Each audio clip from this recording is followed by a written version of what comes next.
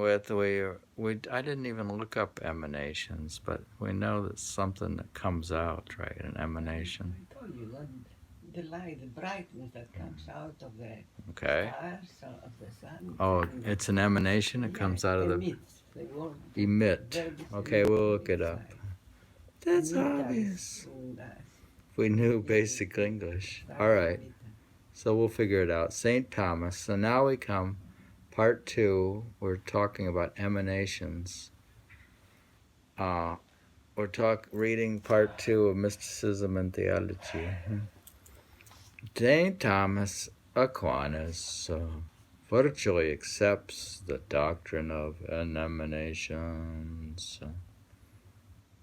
when he writes, as all the perfections of creatures descend in order from God, who is the height of perfection, man should begin from the lower creatures and descend by degrees, and so advance to the knowledge of God. And because in that roof and crown of all things, God, we find the most perfect unity, and everything is stronger and more excellent. And the more thoroughly it is one, it follows that diversity and variety increase in things, the further they are removed from Him, who is the first principle of all. Suso, whose mystical system, like that of most Dominicans, is entirely consistent with Thomist philosophy. We're talking Thomas Aquinas, I guess. I say Thomist philosophy. That's not Tommy, that's Thomist. Thomist philosophy is really glossing Aquinas when he writes, the supreme and superessential spirit has ennobled man by illuminating him with a ray from the eternal Godhead. Hence, from out the great ring which represents the eternal Godhead, there flows forth little rings, which may be taken to signify the high nobility of nature, natural creatures. Well, would they have high, what's he saying? They have high nobility because of a ring? It's an emanation? Probably talking about that ring they draw around the head. Oh, the rings. But that's the light that they just Oh, the rings, I see. Oh, shoot. You want to shut it off? No. We won't shut it off. Now what do we do? You shut it off and you come back. Shut it off and come back. I'm going to shut it off and come back then.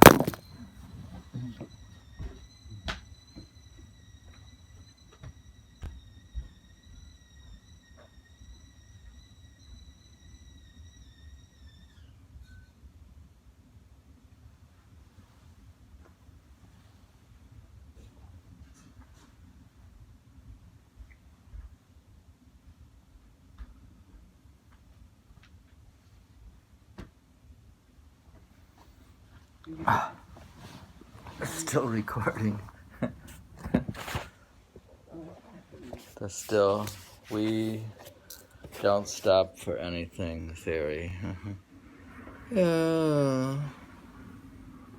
Natural creatures. Obviously, if this theory of the absolute be accepted, the path of the soul's ascent to union with the divine must be literally a transcendence, a journey.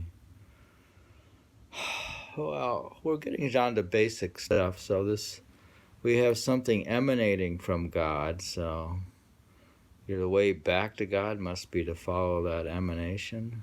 Yeah, the light. The light. Or the sound. Upward or outward, through a long series of intermittent states or worlds till, having traversed the 32 paths of the tree of life, my goodness. And then they get more and more paths, 32 paths of the tree of life. She at last arrives in Kabbalistic language at the crown, fruitive knowledge of God, the abyss or divine dark. It's the divine dark of the Dionysian school, the Neoplatonist one. Such a series of worlds is symbolized by the 10 heavens of Dante, the hierarchies of Dionysus, the tree of life, or Sephiroth of the Kabbalah, and symbol, and receives its countersign in the inward experience, in the long journey of the self through purgation and illumination to union. We ascend, says St. Augustine, quote, by ways that be in our heart, and sing a song of degrees. We glow inwardly with thy fire, with thy good fire, and we go because we go upwards to the peace of Jerusalem. It's fun. We go up. So we have, I didn't know all this. Do you think this is compatible with Platonism as an emanation theory? No. The Kabbalists, they don't? Then why is Neoplatonistic one? Is it Neoplatonism? I don't know. Seems the way, the more we know, the less we know. You see? I don't know. This theory, that's why we read this book. Do you know about the 32 paths of the tree of life? No. This theory postulates, under normal and non-mystical conditions, the complete separation of the human and the divine, the temporal and the eternal worlds.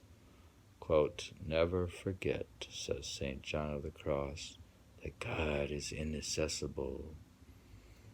Ask not, therefore, how far your powers may comprehend him, your feeling penetrate him. Fear thus to content yourself with too little and deprive your soul of the agility which it needs in order to mount up to him. The language of pilgrimage, of exile, comes naturally to the mystic who apprehends reality under these terms. To him, the mystical adventure is essentially a going forth from his normal self and from his normal universe. Like the psalmist, quote, in his heart he hath disposed to ascend by steps in this vale of tears, unquote, from the less to the more divine, he and with him the cosmos. For to mystical philosophy, the soul of the individual subject is the microcosm of the soul of the world, has got to retrace the long road to the perfection from which it originally came forth, as the fish in, goodness, I see this guy, the fish in Roman Meswin's vision of the 9 rocks must struggle upward from pool to pool till they reach their origin. He's talking about the fish. Do you think the fish have to jump from pool to pool? Who is this guy? Roman Meswin. He comes up, he appears like in the 14th century or something in Germany. But I don't know. I guess people have imagination.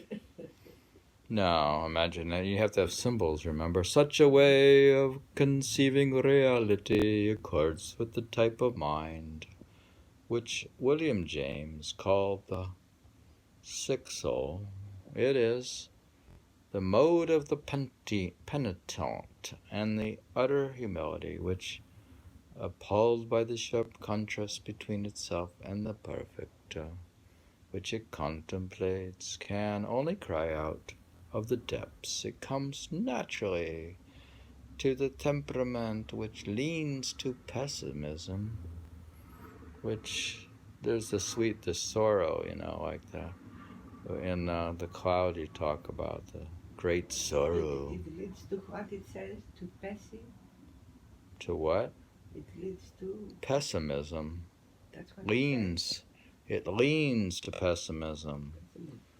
In the cloud of unknowing you have the great sorrow, which sees a great gulf fixed between itself and its desire, and is above all things sensitive to the elements of evil and imperfection in its own character and in the normal experience of man, permitting these elements to dominate its field.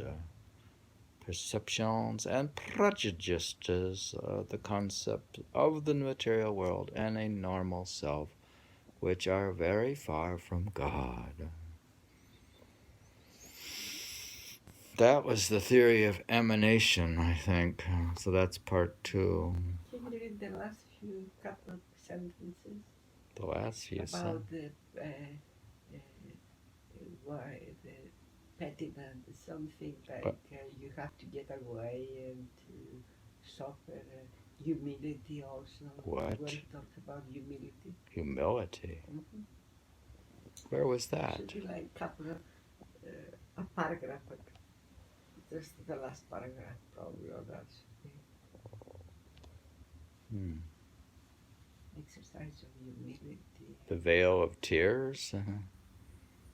Mm-hmm. Part of it, maybe. The fish?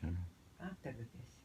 Such a way of conceiving reality accords with the type of mind who William James calls the sixth soul. It is the mode of the penitent from there on. Of the utter humility which, appalled by the sharp contrast between itself and the perfect, which it contemplates, can only cry out of the depths. It comes naturally to the temperament which leans to pessimism, which sees a great gulf fixed between itself and its desire. It leans to the elements of evil and of consciousness, wholly ignoring the divine aspect of the world, and becoming such a temperament constructs from its perceptions and prejudices the concept of a material world and a normal self, which are very far from God.